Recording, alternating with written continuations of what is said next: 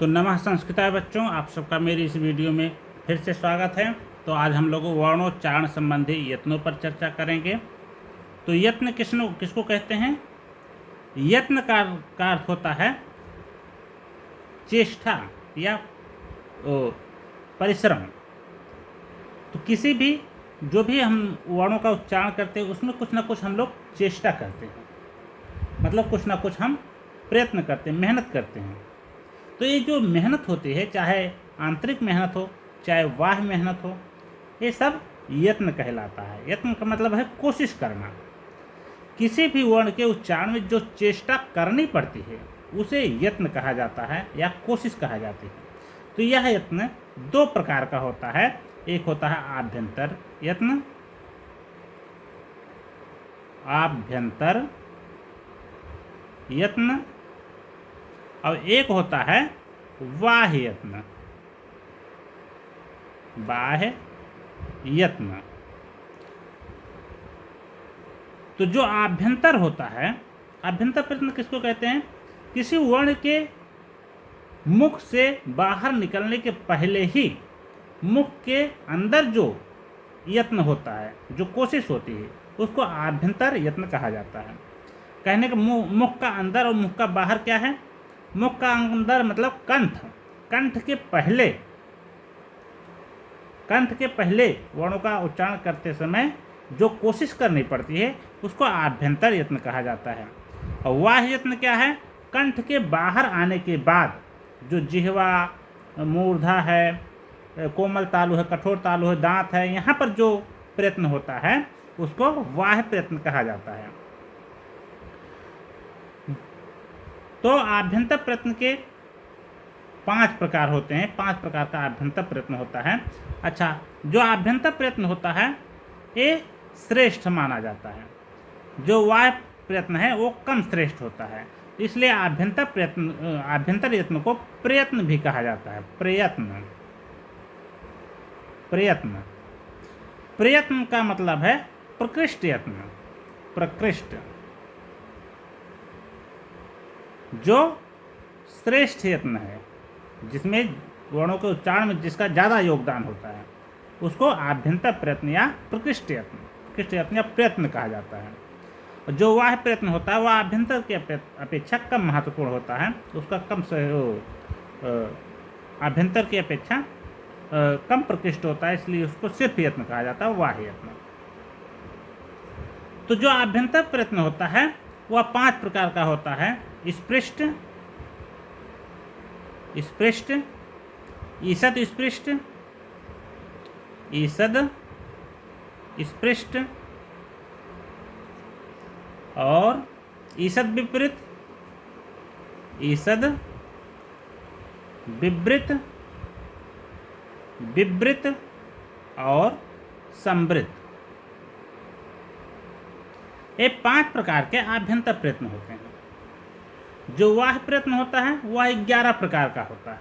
ये सब चीज़ें पूछी जाती हैं, आप लोग ध्यान से पढ़िएगा, ध्यान से देखिएगा, नोट करते चलिएगा, क्योंकि ये सब चीज़ें पूछी जाती हैं। जो बाह्य प्रयत्न होता है वह 11 प्रकार का होता है। विवार, संवार, श्वास, नाद, घोष, अघोष, अल्प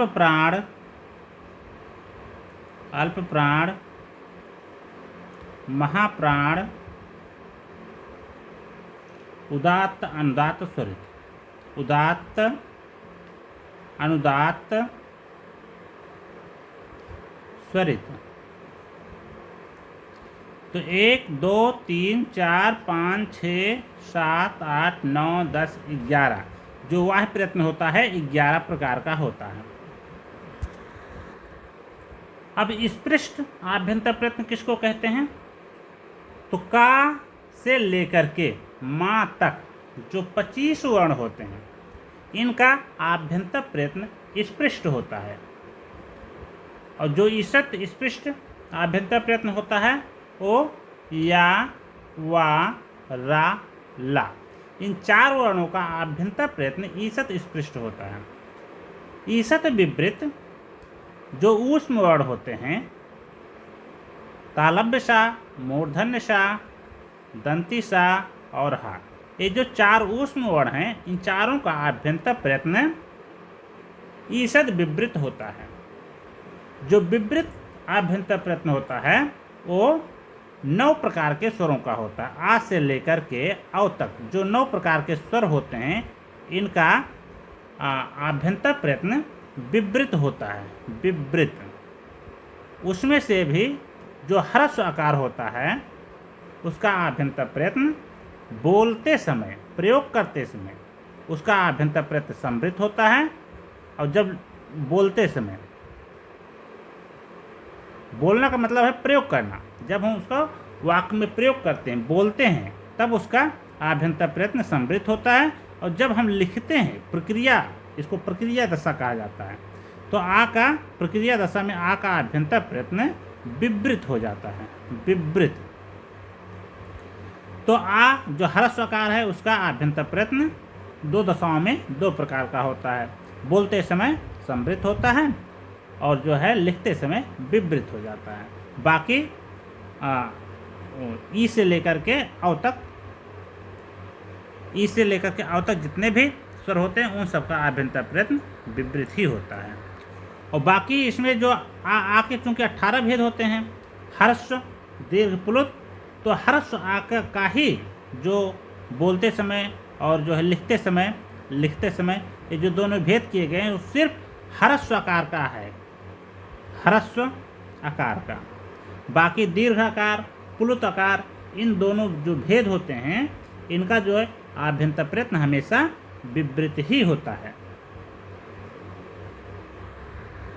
अब आगे हम वाह्य प्रयत्न देखते हैं, किन किन वर्णों का आभ्यंतर प्रयत्न क्या क्या होता है। तो जैसे 11 वाह्य प्रयत्न होते हैं, विबार, श्वास, अघोष, संभारनाद, घोष, अल्पप्राण, महाप्राण, उदात्त, अनुदात्त, स्वरित। किन किन वर्णों का वाह्य प्रयत्न विबार, श्वास, अघोष होता है? तो इसके लिए खर प्रत्याहार, खर प्रत्याहार का जो वर्ण होते हैं उनका वाह्य प्रयत्न विबार, श्वास, अघोष होता है। हस प्रत्याहार,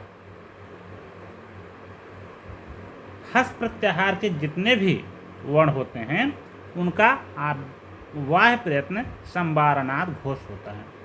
खर प्रत्याहार में कौन कौन से वर्ण आते हैं? खा, फा, छा, ठा, था, चा, टा, ता, का, पा, तालब, तीनों प्रकार के सकार, ये सब खर प्रत्याहार में आते हैं। खा, फा, छा, ठा, ता, चा, टा, ता, कपे, ससर, ससर का रा तक, खा से लेकर के रा तक, तो इतने वर्ण खर प्रत्याहार में आते हैं। तो खर प्रत्याहार के जितने भी वर्ण होते हैं वो उनका वाह्य प्रयत्न विबार, श्वास, अघोष होता है। और जो हस प्रत्याहार में कौन कौन से वर्ण आते हैं? ह, य, व, रा, ला, यम, गणनम, झा, भा, घा, ढा, धा, जा, बा, गा, डा, दा। जब गड दस का जो सकार है वहाँ तक, हा से लेकर के सकार तक, इन सब का वाह्य प्रयत्न विबार, नाद, संवार, नाद, घोष होता है। और जो प्रत्येक वर्ग के प्रथम, जैसे वर्ग क्या है, जैसे का वर्ग, का वर्ग उसको कु लिखा जाता है। कु का मतलब है काखा, गाघा, इंग्या, इसको कहते हैं का वर्ग, कु या का वर्ग। इसको, इसमें क्या कौन से वर्ण आते हैं? काखा, गाघा, इंग्या, का, खा, गा, घा, इंग्या। का वर्ग में काखा, गाघा, इंग्या। चा वर्ग में चाछा, जाझा, या। टा वर्ग में टाठा, डाढ़ा, अड़ा। ता वर्ग में ताथा, दाधा, ना। पा वर्ग में पाफा, बाभा, मा। तो का वर्ग अगर कहा जाए तो इसका मतलब है पहले वर्ग के काखा, गाघा, इंग्या। चा वर्ग कहा जाए चाछा, जाझा, या। तो जो अल्प प्राण वाले वर्ण होते हैं, प्रत्येक वर्ग के प्रथम, तृतीय, पंचम वर्ण, प्रथम, तृतीय और पंचम वर्ण ये अल्प प्राण, इनका वो जो वाह्य प्रयत्न होता है अल्प प्राण होता है। और यड़ प्रत्याहार के जोड़ होते हैं, या, वा, रा ला। मतलब प्रत्येक वर्ग के प्रथम तृतीय पंचम वर्ण और या वा रा ला, इनका वाह प्रयत्न अल्प प्राण होता है।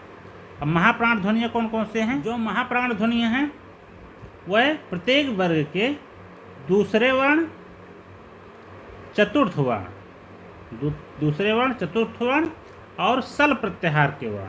सल मतलब तीनों सा, तालव्य सा, मूर्धन्य सा, दंती सा और हा।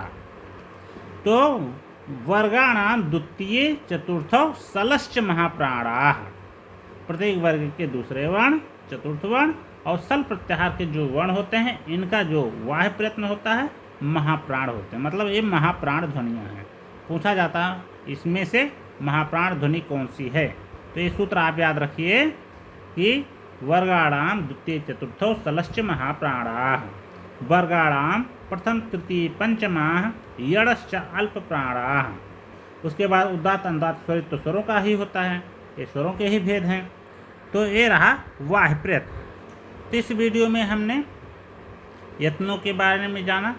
जो यत्न होता है दो प्रकार का होता है, आभ्यंतर यत्न और वाह यत्न। आभ्यंतर यत्न 5 प्रकार का होता है, स्पृष्ट, ईषत स्पृष्ट, ईषत विवृत, विवृत और समृद्ध। उनके भेद भी हमने देखा। स्पृष्ट किसको कहते हैं, ईषत स्पृष्ट किसको कहते हैं। इसके बाद वाह प्रयत्न 11 प्रकार का होता है, विवार, संवार, श्वासनाद, घोषाघोष और प्राण, महाप्राण, उदात्त, अनुदात्त, स्वरित।